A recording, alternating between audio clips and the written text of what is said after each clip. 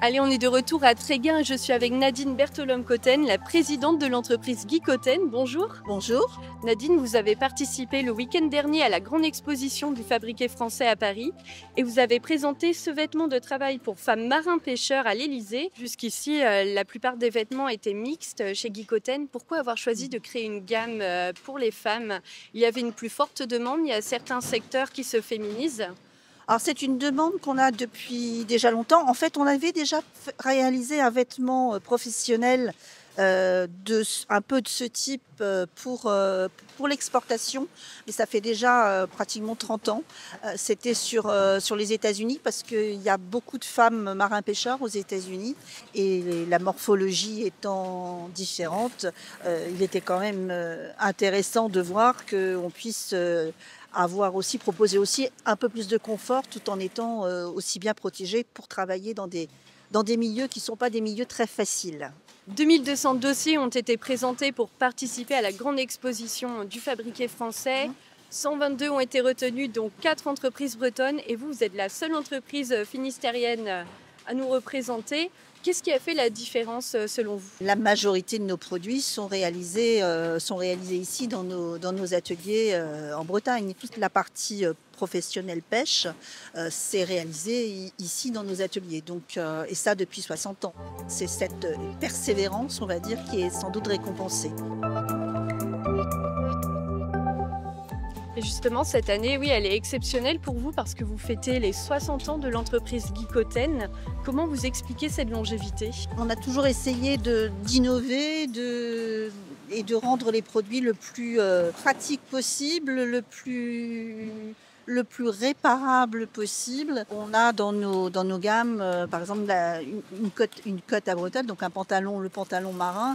Il existe depuis pratiquement le début de la société, donc presque 60 ans, mais il a subi des améliorations, des modifications tout au fil des années pour le rendre plus performant. C'est vrai qu'on vous connaît dans la France entière et parfois internationalement grâce au ciré jaune qui est devenu presque un emblème de la région. Et pourtant, vous couvrez aussi d'autres secteurs comme le secteur de l'agriculture. Comment ça se passe? Chaque vêtement est adapté sur mesure à la profession? Il n'y a pas un métier de la pêche ni un métier de l'agriculture, c'est une diversité de besoins. Il y a l'élevage, il y a l'agriculture en règle générale, il y a le secteur viticole. Dans la pêche, c'est pareil, entre la pêche côtière et de la pêche hauturière, les besoins sont un petit peu différents, mais dans tous les cas, ce sont des métiers qui sont exigeants, où les produits doivent résister parce qu'ils sont tous mis à rude épreuve. On a quand même délocalisé puisque dans les années 80, on a créé un atelier de production à Madagascar. On a été obligé de le faire puisque sinon on aurait perdu un pan de notre activité, surtout dans la partie justement agriculture dont je parlais, où ce qui arrivait sur le marché venait de pays à bas coût, principalement d'Asie. Par contre, on a souhaité conserver donc tout ce qui était le centre de notre activité, le départ, le berceau en fait. Donc tout ce qui est pêche est réalisé ici, tout ce qui est plaisance également, et puis une grande majorité de nos produits. La difficulté aujourd'hui, elle est effectivement qu'on n'est pas une région qui est purement de couture.